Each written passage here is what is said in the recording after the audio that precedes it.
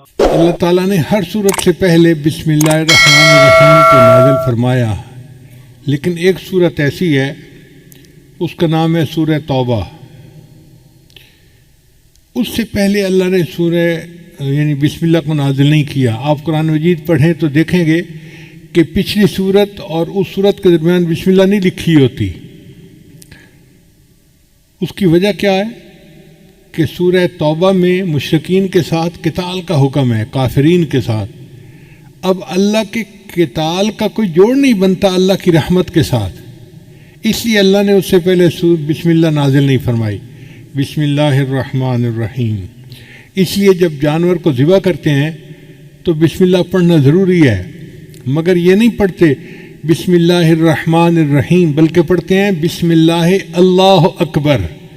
الرحمن الرحیم کا جوڑ ذبح کرنے کے ساتھ نہیں بنتا، اس لیے تکبیر کہہ دی گئی بسم اللہ اللہ اکبر، اتنا ہی ہے۔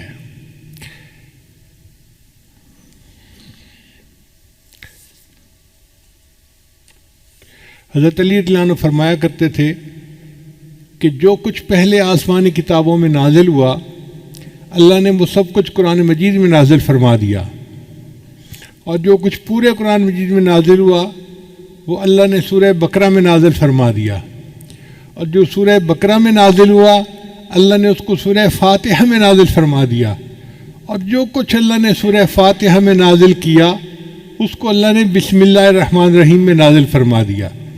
یہ بسم اللہ الرحمن الرحیم ایک آیت ہے، لیکن یہ تمام آسمانی کتابوں کا خلاصہ اور نچوڑ ہے۔ اور علماء نے ایک نقطہ اور لکھا ہے کہ جو کچھ بسم اللہ میں نازل ہوا وہ بسم اللہ کے پہلے حرف با کے اندر آ گیا۔ با کا حرف جو ہے نا وہ وصل کے لیے ہوتا ہے، جوڑنے کے لیے۔ تو اس کا مطلب یہ ہے کہ پوری آسمانی کتابوں کا نچوڑ یہ ہے کہ مخلوق کو اپنے رب کے ساتھ جوڑ دیا جائے۔ اس لیے بسم اللہ کے دو معنی ہیں۔ عربی زبان میں اسم کے دو معنی ہیں، ایک معنی ہے نام، تو بسم اللہ کا ترجمہ بنے گا اللہ کے نام کے ساتھ جو رحمان ہے اور رحیم ہے۔ بسم اللہ الرحمن الرحیم۔ اور ایک اسم کا مطلب عربی زبان میں برکت بھی ہے، تو بسم اللہ کا ترجمہ بنے گا اللہ کی برکت کے ساتھ۔ ہمیں یاد ہے کہ ہمارے گھر میں جو بڑی بوڑھی عورتیں تھیں نا پرانے زمانے کی، وہ اٹھتے بیٹھتے اللہ دی برکت نال، اللہ دی برکت نال، یہ لفظ بہت پڑھتی تھیں۔ چھوٹے تھے ہمیں اس بات کی سمجھ نہیں تھی، اب سمجھ میں آتی ہے۔ اصل میں وہ بسم اللہ کا ترجمہ پڑھا کرتی تھیں اللہ کی برکت کے ساتھ، بسم اللہ کہتی تھیں ہر کام سے پہلے۔ ان کی زبانیں بسم اللہ سے رطب اللسان بالکل تر رہتی تھیں، ہر وقت اٹھتے بیٹھتے کرتے پھرتے ہر وقت بسم اللہ بسم اللہ بسم اللہ۔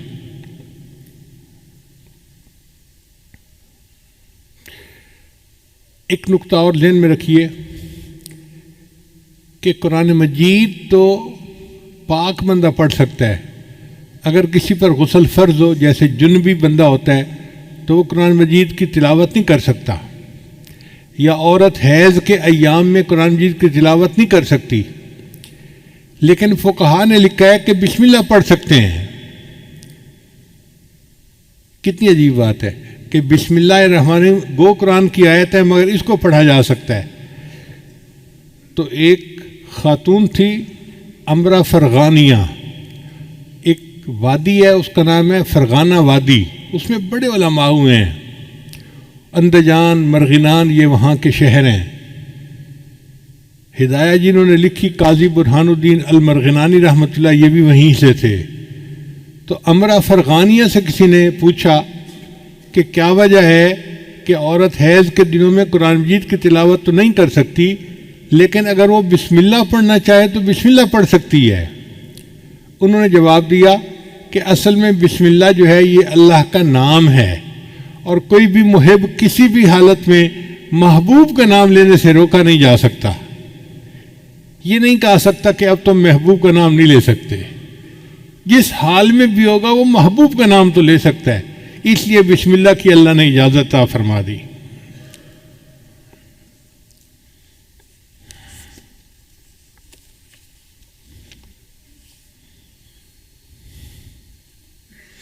اس لیے کوئی تحریر کرنی ہو تو پہلے بسم اللہ لکھنا چاہیے۔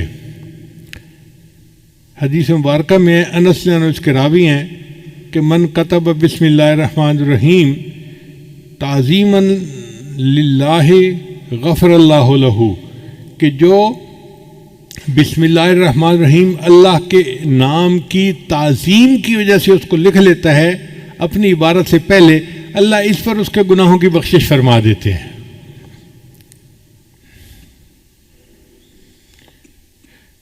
ابو ہریرہ نے روایت کرتے ہیں، یہ در منصور کی روایت ہے، قال رسول اللہ صلی اللہ علیہ وسلم کہ نبی علیہ السلام نے ارشاد فرمایا، کل امر ذی بال لا یبدأ فیہ بسم اللہ الرحمن الرحیم اقطع، کہ ہر اچھا کام جو بسم اللہ کے بغیر شروع کیا جائے تو وہ برکت سے خالی ہو جاتا ہے اچھا کام لیکن بسم اللہ نہیں پڑھی، اب اس میں برکت ختم ہو گئی۔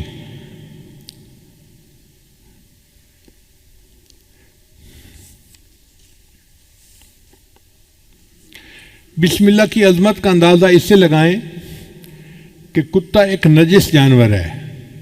حدیث پاک میں آتا ہے جس گھر میں کتا ہوتا ہے وہاں رحمت کا فرشتہ داخل نہیں ہوتا، اس لیے شکار کی نیت سے کتے کو پالنے کی اجازت ہے، یہ حفاظت کی نیت سے، مگر اس کو گھر کے باہر رکھا جائے، گھر کے اندر نہ داخل کیا جائے۔ اگر گھر کے اندر کتا آ گیا تو گھر میں سے برکت ختم ہو جائے گی، فرشتے اس گھر میں نہیں آئیں گے۔ تو کتا اتنا نجس جانور ہے۔ نبی علیہ السلام نے ارشاد فرمایا، اگر کسی برتن کو کتا سونگھ لے تو اس برتن کو 7 مرتبہ پانی سے دھوئیں اور 8ویں مرتبہ اس کو مٹی اور ریت کے ساتھ دھوئیں تاکہ اس کی نحوست برکت ختم ہو جائے۔ اب جس کتے کے سونگھنے سے برتن کو 8 مرتبہ دھونا پڑتا ہے وہ کتنا نجس ہوگا۔ لیکن حدیث پاک میں آتا ہے کہ اگر شکار کے لیے کتا پالا ہوا ہے، پہلے زمانے میں خرگوش کا شکار کرتے تھے کتوں کے ذریعے سے، تو نبی علیہ السلام نے فرمایا کہ اگر کوئی بندہ شکاری کتے کو چھوڑنا چاہتا ہے شکار کے لیے اور بسم اللہ پڑھ کے اس کو روانہ کرتا ہے اور وہ کتا مرا ہوا شکار لے کے آتا ہے، یعنی پکڑنے میں وہ مر گیا، شکار وہ خرگوش مر گیا، اب وہ مرا ہوا جانور بھی ہے، وہ بندے کے لیے حلال ہوتا ہے چونکہ اس کے اوپر اس نے بسم اللہ پڑھ لی تھی۔ عدی بن حاتم طائی کے بیٹے تھے، صحابی بن گئے۔ انہوں نے نبی علیہ السلام سے پوچھا، اے اللہ کے نبی صاحب، میں کبھی کبھی شکار کرتا ہوں لیکن میں جب اپنا کتا چھوڑتا ہوں نا شکار کے اوپر تو میں تو بسم اللہ پڑھ لیتا ہوں، مگر اس کے ساتھ جنگلی کتے بھی شامل ہو جاتے ہیں شکار کو پکڑنے میں تو شکار مر جاتا ہے، اب کیا میرے لیے اس شکار کو کھانا جائز ہے؟ تو نبی صلی اللہ علیہ وسلم نے فرمایا نہیں، جائز نہیں، اس لیے کہ ان کتوں کے اوپر بسم اللہ نہیں پڑھی گئی، اس لیے ان کا شکار حلال نہیں ہے۔ آپ اندازہ لگائیے بسم اللہ کی برکت کا کہ ایک کتے اتنا نجس جانور بسم اللہ پڑھ کے شکار کے لیے چھوڑے تو اس کا مرا ہوا جانور بھی شریعت نے حلال قرار دے دیا۔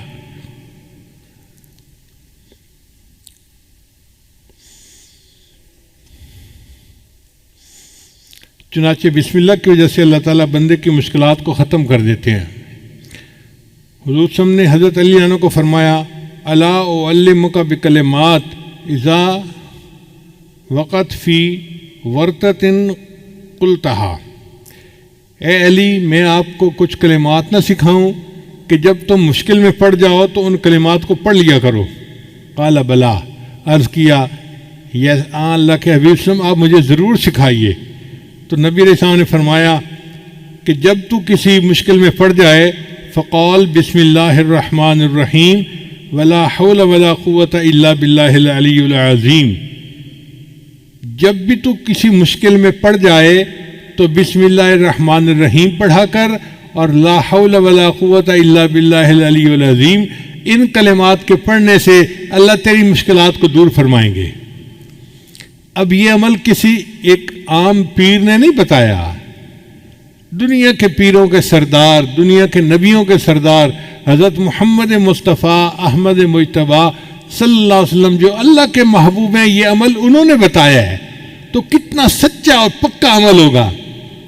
اس لیے ہمیں چاہیے کہ ہم اس عمل کو پلے باندھ لیں، جب کوئی مشکل پیش آئے تو بسم اللہ الرحمن الرحیم ولا حول ولا قوت الا باللہ العلی العظیم، یہ پڑھیں گے اللہ تعالیٰ ہماری مشکلات کو دور کر دیں گے۔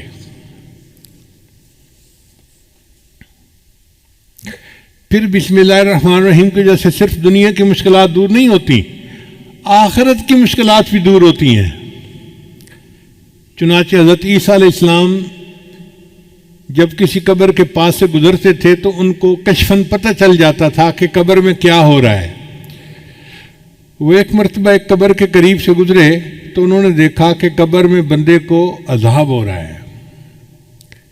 جب واپس ہوئے تو انہوں نے دیکھا کہ قبر تو جنت کا باغ بنی ہوئی ہے، تو بڑے حیران ہوئے۔ انہوں نے دعا مانگی، یا اللہ پہلے میں نے دیکھا تھا تو یہ جہنم کا گڑھا تھا، اب میں دیکھ رہا ہوں تو یہ جنت کا باغ ہے، یہ معاملہ کیا ہے میرے اوپر کھول دیجئے۔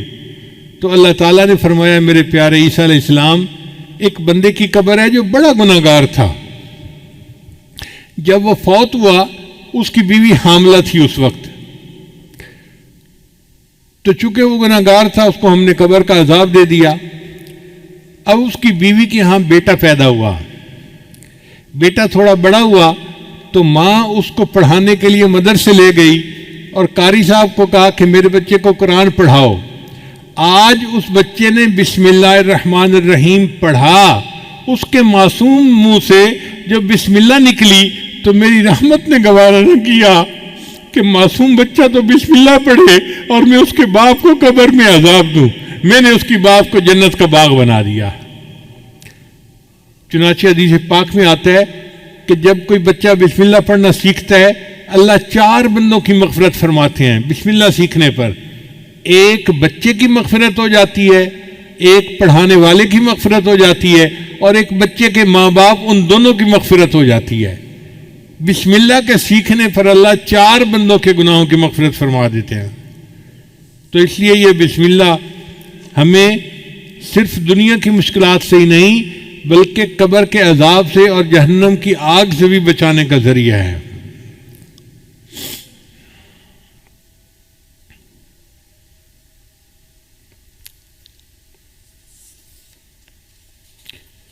چنانچہ علماء نے لکھا ہے کہ بسم اللہ جو ہے نا یہ اسم اعظم ہے۔ حدیث پاک میں آتا ہے کہ جب کوئی دعا کی جائے اسم اعظم کے ساتھ تو اللہ تعالیٰ اس دعا کو قبول فرما لیتے ہیں۔ اب اسم اعظم کون سا ہے یہ کسی کو نہیں پتا، اللہ نے اس کو چھپا لیا۔ مگر امام اعظم حنیفہ رحمۃ اللہ فرمایا کرتے تھے کہ اللہ تعالیٰ کا جو اسم ذات ہے نا اللہ، یہ اسم اعظم ہے۔ تو کسی نے پوچھا جی کہ آپ کے پاس دلیل کیا ہے اسم اعظم؟ تو انہوں نے فرمایا اس لیے کہ اللہ تعالیٰ نے اپنی کتاب میں سب سے پہلے جو نام نازل کیا وہ اللہ کا نام تھا۔ آپ دیکھیں اعوذ باللہ پڑھیں تو پہلا نام کون سا آتا ہے؟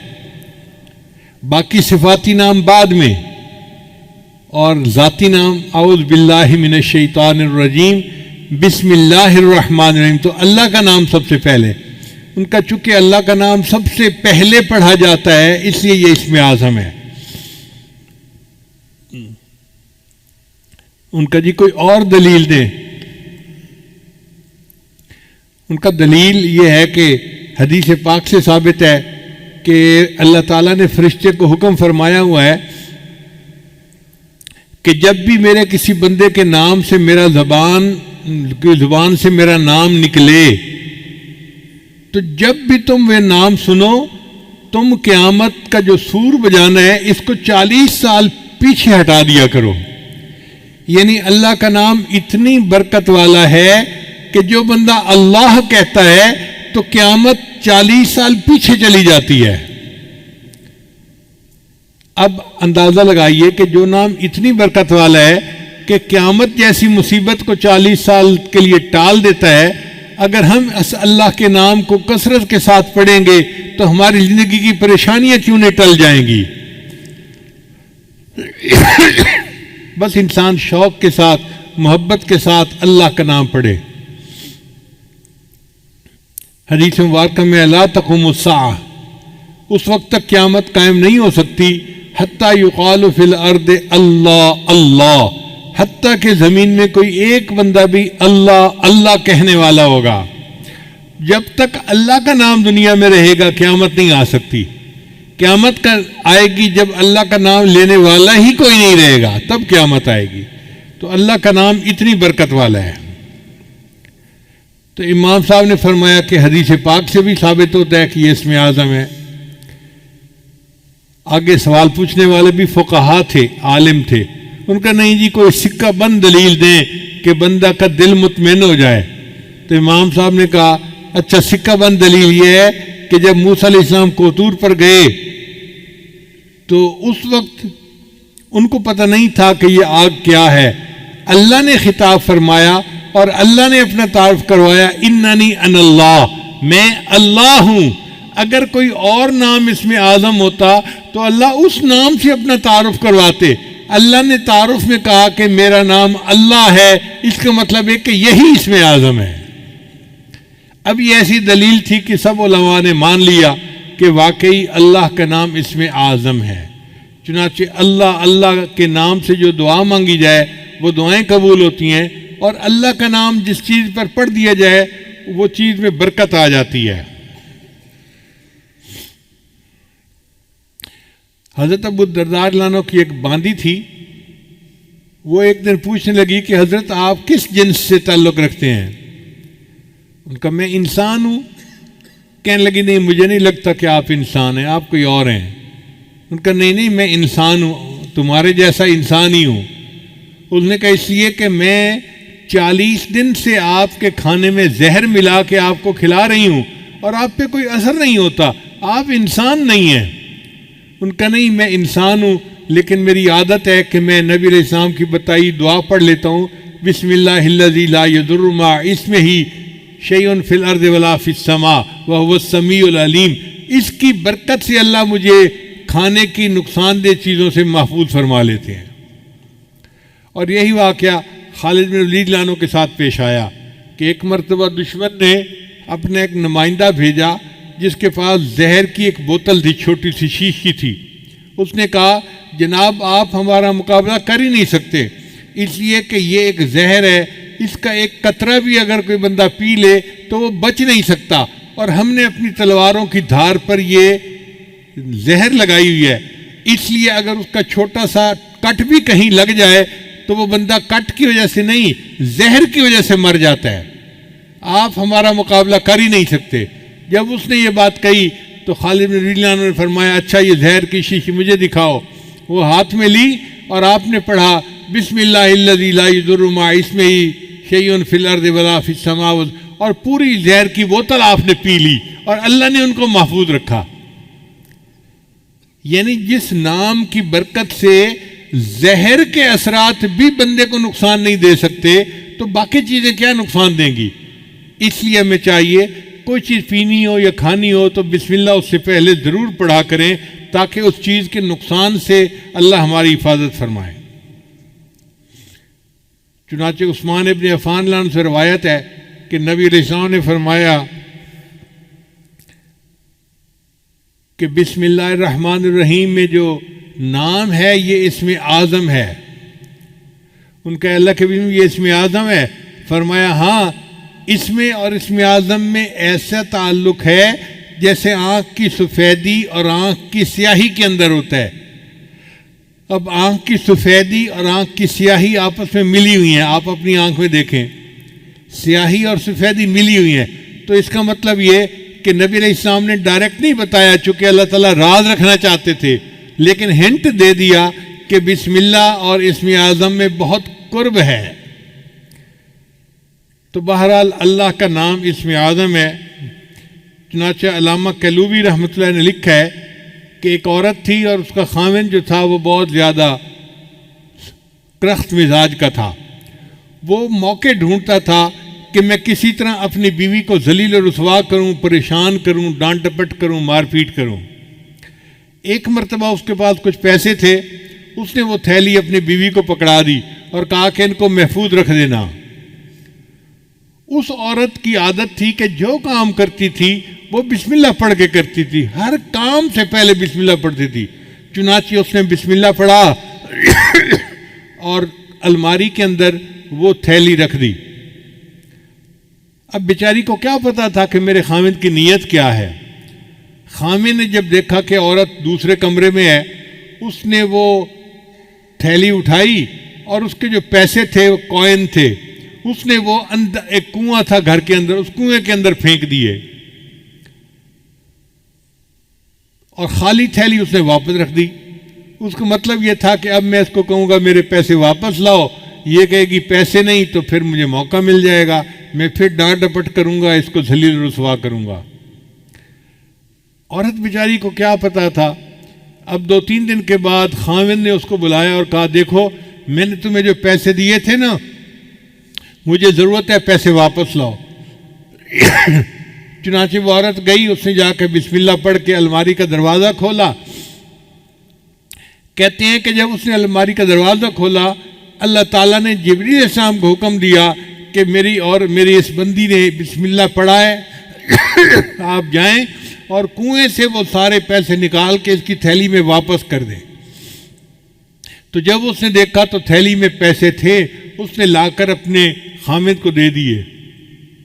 اس واقعے کے بعد خامد جو اس کے ساتھ بغض رکھتا تھا وہ ختم ہو گیا، بلکہ خامد جو تھا وہ نیکی کی زندگی اختیار کر گیا۔ اللہ تعالیٰ نے بسم اللہ کی برکت سے اس کو خامد کی پریشانی سے بھی محفوظ فرما لیا۔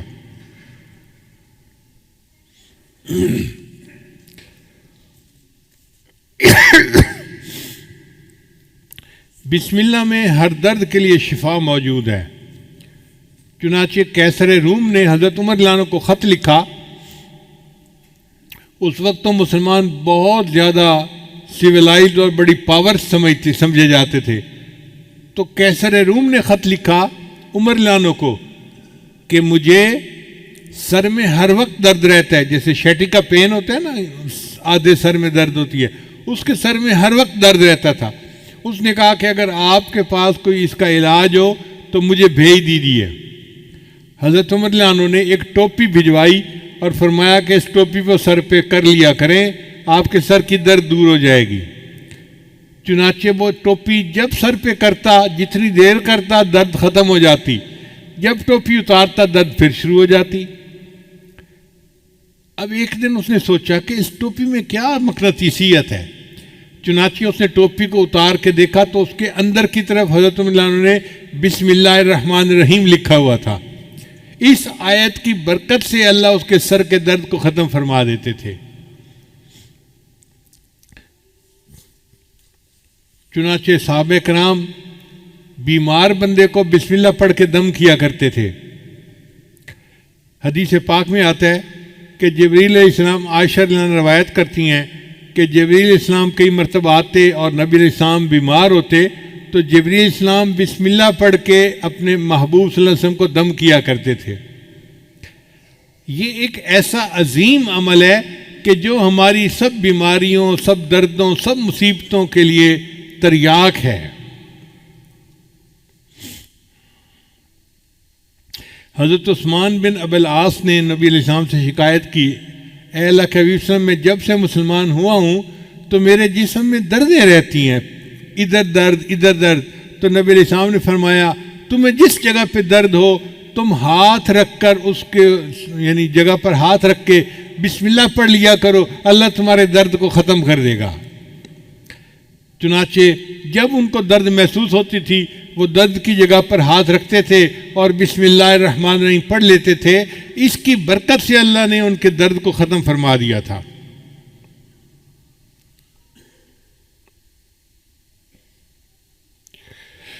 عبداللہ بن عباس انہوں نے نبی علیہ السلام سے پوچھا، اے اللہ کے حبیب صلی اللہ علیہ وسلم، ہمیں بخار کا دم اور بیماری کا دم بتا دیا کریں، ہمیں کوئی بخار کا دم بتا دیں، بیماری کا دم بتا دیں۔ تو نبی علیہ السلام نے فرمایا کہ جب کوئی بندہ بیمار ہو تو تم اس پر پڑھا کرو بسم اللہ الکبیر اعوذ باللہ العظیم من کل عرق نار ومن شر حر النار، اخرجہ الترمذی۔ یہ ترمذی شریف کی روایت ہے۔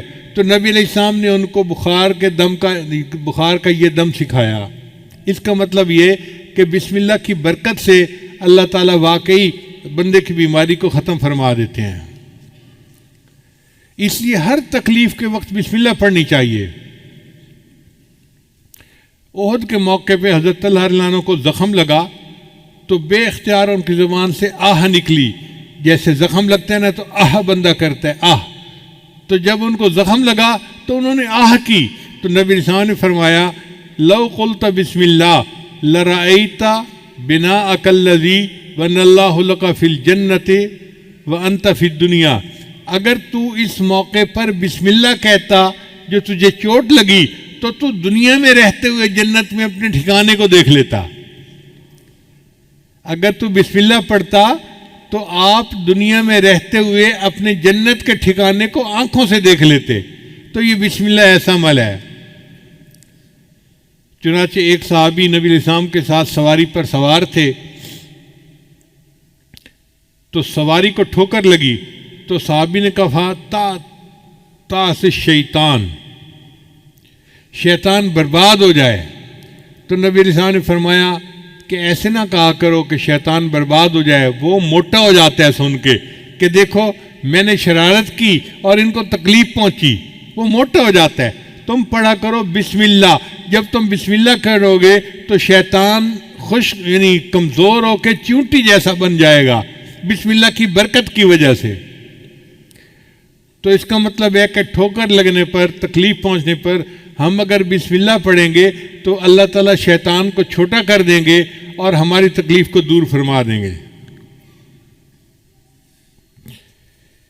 نبی علیہ السلام نے ایک عمل بتایا کہ جو شخص صبح کے وقت 3 مرتبہ بسم اللہ پڑھ لے، بسم اللہ الرحمن الرحیم، بسم اللہ الرحمن الرحیم، اب یہ کتنا چھوٹا سا عمل ہے، جو شخص صبح کے وقت پڑھ لے شام تک کوئی حادثہ یا کوئی اس کو مصیبت نہیں پہنچ سکتی، اور اگر شام کے وقت پڑھ لے گا تو صبح تک اس کو کوئی مصیبت نہیں پہنچے گی۔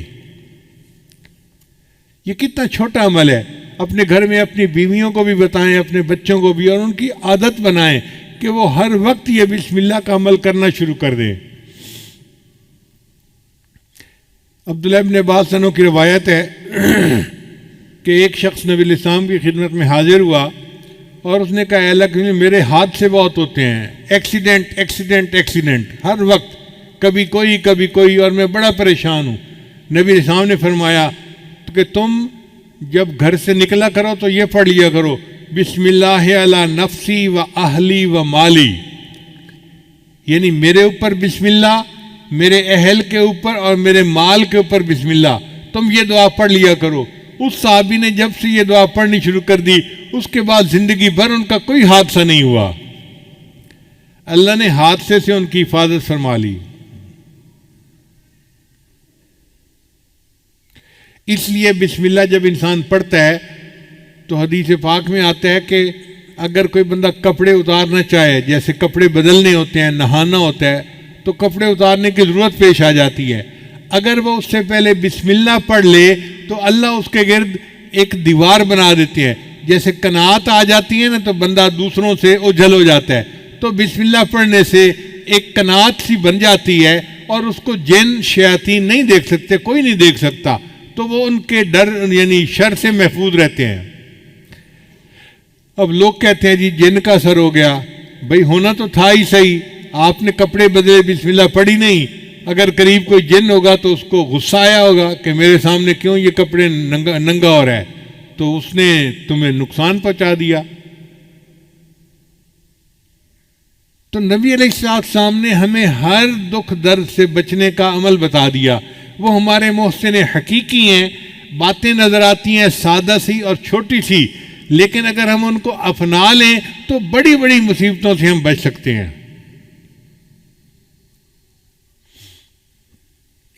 چنانچہ جو بندہ اپنی بیوی کے ساتھ ہم بستری کرے تو اس کو چاہیے کہ پہلے بسم اللہ پڑھ لے۔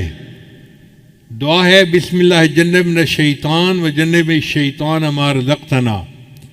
حدیث پاک میں آتا ہے کہ اگر اس نے یہ دعا پہلے پڑھ لی اور پھر بیوی کو ہاتھ لگایا تو اب اگر حمل ٹھہر گیا تو اس حمل میں شیطان کا کوئی حصہ نہیں ہوگا، لہذا وہ بچہ فطری طور پہ نیک ہوگا، بچپن سے نیک ہوگا۔ اب کتنے شادی شدہ لوگ ہیں جن کو اس دعا کا پتہ ہی نہیں ہے، کبھی پڑھی نہیں ہے۔ جب دعا ہی نہیں پڑھی تو پھر اس عمل میں شیطان بھی ساتھ شریک ہو جاتا ہے، اور جس کی گھٹی میں شیطان شامل ہو گیا پھر وہ بچہ تو پیدائشی طور پہ شیطان ہوگا۔ پھر آپ کیوں کہتے ہیں جی کہ بچے نافرمان ہیں، بچے بات نہیں سنتے، بچے بات نہیں مانتے؟ ہم نے بھی تو اپنے رب کی بات نہیں مانی، جس کے نتیجے میں آج بچے ہماری بات نہیں مانتے۔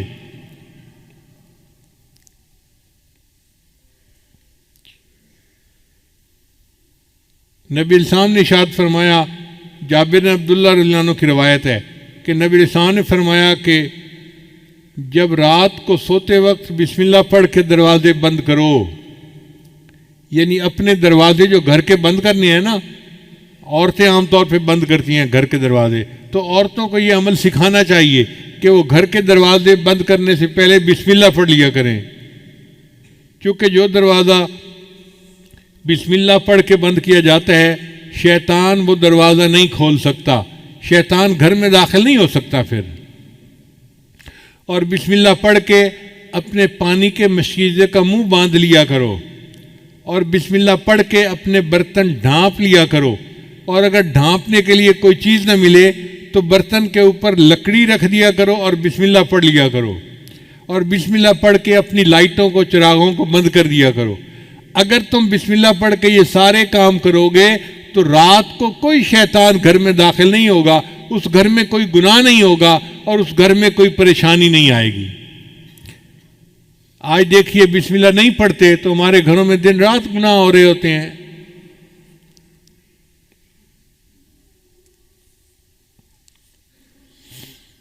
ایک اور روایت سنیے، حضرت انس رضی اللہ عنہ اس کے راوی ہیں، وہ فرماتے ہیں کہ جب کوئی آدمی گھر سے نکلتے وقت بسم اللہ توکلت علی اللہ لا حول ولا قوت الا باللہ، چھوٹی سی دعا ہے،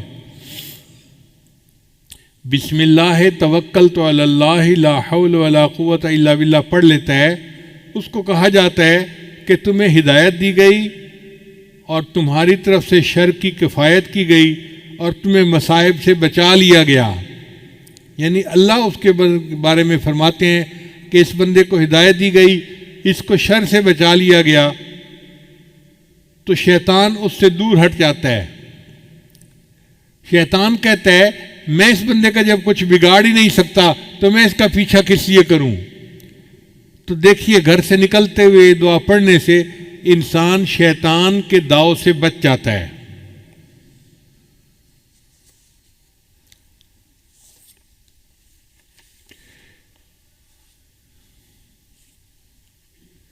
حدیث پاک میں آتا ہے کہ جو کوئی بندہ گھر میں داخل ہونے لگتا ہے اگر وہ بسم اللہ پڑھ لے تو شیطان اس کے ساتھ اس کے گھر میں داخل ہونے لگتا ہے۔ بسم اللہ پڑھنے کے بعد شیطان کا راستہ بند ہو جاتا ہے اور شیطان اس گھر میں داخل نہیں ہوتا۔ اور اگر وہ بسم اللہ پڑھے بغیر گھر میں داخل ہو جائے تو وہ اکیلا گھر میں نہیں داخل ہوتا بلکہ اس کے ساتھ شیطان بھی داخل ہو جاتا ہے۔ اور اگر وہ بندہ کھانا کھاتے ہوئے بسم اللہ پڑھ لے تو شیطان اس کے کھانے میں شامل نہیں ہو سکتا۔ اب جس نے دونوں مرتبہ بسم اللہ پڑھ لیا تو نہ شیطان اس کے گھر میں داخل ہو سکتا ہے نہ شیطان اس کے کھانے میں شریک ہوتا ہے۔ تو شیطان کہتا ہے میں نے اس گھر میں کیا کرنا، نہ میں اس گھر میں داخل ہو سکتا ہوں نہ میں اس گھر میں کھانا کھا سکتا ہوں، تو میرے لیے نہ رہنے کی جگہ نہ کھانے کی جگہ، لہذا میرا اس گھر سے کوئی سروکار نہیں ہے۔ دیکھو شیطان کو روکنے کے لیے نبی علیہ السلام نے کیا پیاری پیاری باتیں میں سکھائی ہیں۔ اس لیے جو بندہ بازار میں داخل ہونے لگے وہ بسم اللہ پڑھ لے تو بازار کا جو شر ہے اس سے اللہ تعالیٰ اس کی حفاظت فرما دیتے ہیں۔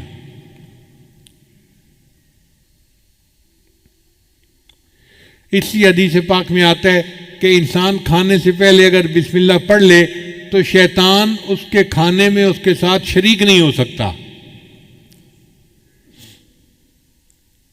نبی علیہ السلام ایک مرد دسترخوان پر بیٹھے تھے تو ایک چھوٹی بچی آئی اور اس نے آ کے کھانے میں ہاتھ ڈالنا چاہا تو نبی علیہ السلام نے اس کو روک دیا پھر نبی علیہ السلام نے فرمایا کہ کھانے سے پہلے شیطان اپنا ایجنٹ بھیج دیتا ہے کہ وہ بسم اللہ پڑھے بغیر کھانے میں ہاتھ ڈال دے اور بعد میں شیطان بھی کھانے میں شریک ہو سکے.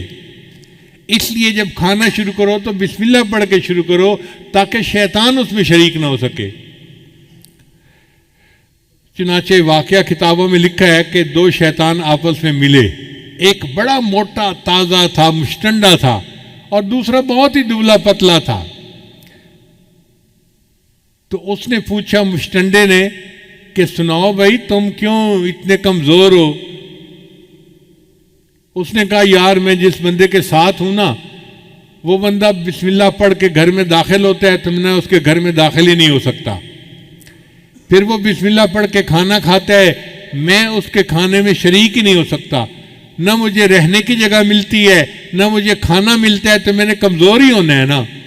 تو اس پر جو موٹا شیطان ہوتا ہے نا وہ کہکا لگاتا ہے اور کہتا ہے کہ اچھا میں تو ایک کافر کے ساتھ رہتا ہوں، اس کو بسم اللہ کا پتہ ہی نہیں، میں اس کے گھر میں بھی اس کے ساتھ داخل ہوتا ہوں اور میں اس کے کھانے میں بھی شریک ہوتا ہوں، اور جب وہ اپنی بیوی سے ہم بستری کرتا ہے میں بھی اس کی بیوی کے ساتھ ہم بستری میں شریک ہوتا ہوں، اس لیے اس کی اولاد نافرمان پیدا ہوتی ہے. تو بسم اللہ کو بھولنے سے کتنے نقصان ہم اٹھا لیتے ہیں. اس لیے کھانے سے پہلے بسم اللہ کا پڑھنا بہت ضروری ہے. یہ مومن اور کافر کے شیطان کی جو ملاقات ہے، یہ عبداللہ ابن مسعود رضی اللہ عنہ ایک صحابی ہیں، وہ فرمایا کرتے تھے. اس لیے سوتے وقت انسان کو بسم اللہ پڑھنا چاہیے. نبی علیہ السلام جب رات کو بستر پر پہنچتے تو دعا مانگتے، بسم اللہ وضعت جنبی اللہم اغفر ذنبی و اخسی شیطانی و فک ریحانی و اسقل میزانی وجعلنی فی الندی الاعلی. اے اللہ میرے گناہوں کو بخش دے، میرے شیطان کو ذلیل کر دے، میری گردن چھڑا دے، میرے میزان کو بھاری کر دے اور مجھے فرشتوں کی اعلیٰ جماعت کے ساتھ کھڑا کر دے. کتنی پیاری دعا ہے، اگر ہم اس کو یاد کر کے رات کو پڑھ لیا کریں. اس لیے رات کو سوتے وقت کی چھوٹی دعا ہے نا، بِاسْمِ کا اموت ہوا ہے، اللہم بِاسْمِ کا اموت ہوا ہے، تو اللہ کے نام کے ساتھ میں سوتا ہوں اور میں جاگتا ہوں.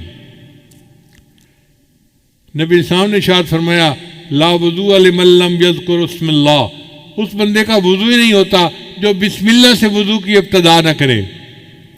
جیسے فرمایا نا کہ حضور قلب کے بغیر نماز نہیں ہوتی، ایسے نبی علیہ السلام نے فرمایا کہ بسم اللہ پڑھے بغیر انسان کا وضو ہی نہیں ہوتا، یعنی وضو کی برکت ختم ہو جاتی ہے.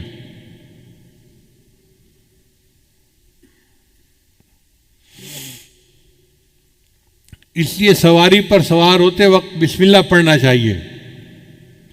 حضرت نوح علیہ السلام کو اللہ نے صرف بسم اللہ کا لفظ عطا فرمایا تھا.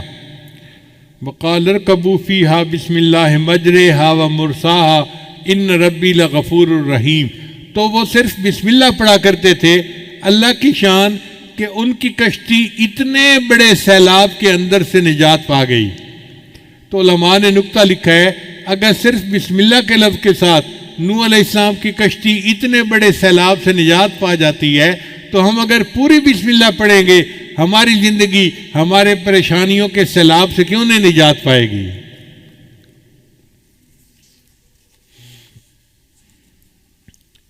پھر اللہ تعالیٰ نے حضرت سلیمان علیہ السلام کو پوری آیت عطا فرمائی انہ من سلیمان و انہ بسم اللہ الرحمن الرحیم. چنانچہ وہ بسم اللہ الرحمن الرحیم پڑھا کرتے تھے. ہوا ان کا تخت اڑا کے جہاں چاہتے تھے وہاں لے جا کے نیچے اتار دیا کرتی تھی. یہ بسم اللہ الرحمن الرحیم اتنا طاقتور عمل ہے کہ ان کا تخت اتنا بھاری تھا، لشکر ہوتا تھا ان کے ساتھ، وہ پورے تخت کو ہوا اٹھاتی تھی اور سینکڑوں میل دور ہوائی جہاز کی طرح اس کو جا کے اتار دیا کرتی تھی. اگر بسم اللہ کی وجہ سے حضرت سلیمان علیہ السلام کے تخت کو پرواز مل سکتی ہے تو کیا نبی علیہ السلام کے امتی کو بسم اللہ کی وجہ سے روحانی پرواز نہیں مل سکتی؟ تو ہمیں بھی روحانی پرواز مل سکتی ہے اگر ہم اس عمل کو پکا کر لیں. اس لیے حدیث پاک میں ہے کہ جو بندہ مسجد میں داخل ہو وہ بسم اللہ پڑھے، اللہ اس کے گناہوں کو معاف فرما دیتے ہیں۔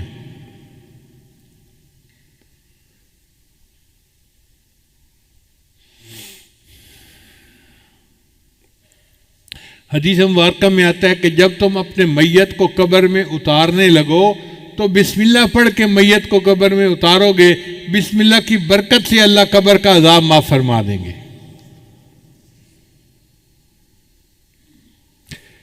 یہ اللہ کا نام اللہ کو بہت پسند ہے۔ چنانچہ ایک بزرگ تھے، ان کا نام تھا بشر، وہ نشئی تھے، اور ایک دن آدھا نشہ آدھا ہوش اس ہاتھ کے ساتھ چل رہے تھے۔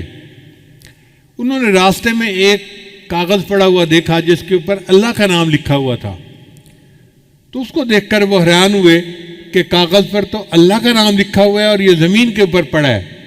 انہوں نے اس کاغذ کو اٹھا لیا، اس کو جھاڑ کے صاف کیا اور اس کو اوپر کسی جگہ کے اوپر رکھ دیا۔ اللہ نے ایک ولی کو الہام فرمایا کہ بشر کو جا کر کہہ دو کہ تم نے میرے نام کو فرش سے اٹھا کر اونچا کیا، میں تمہارے نام کو فرش سے اٹھا کر عرش تک اونچا کر دوں گا۔ چنانچہ وہ امت کے بڑے اولیاء میں سے گزرے اور ان کا نام بشر حافی تھا۔ اللہ تعالی ہمیں بھی اس نام کی عزت کرنے پر اور اس نام کے قدر کرنے پر، اس کا ذکر کرنے پر ہماری پریشانیوں کو دور فرما دے، اور اللہ تعالی ہمیں بھی دنیا میں کامیاب زندگی عطا فرمائے۔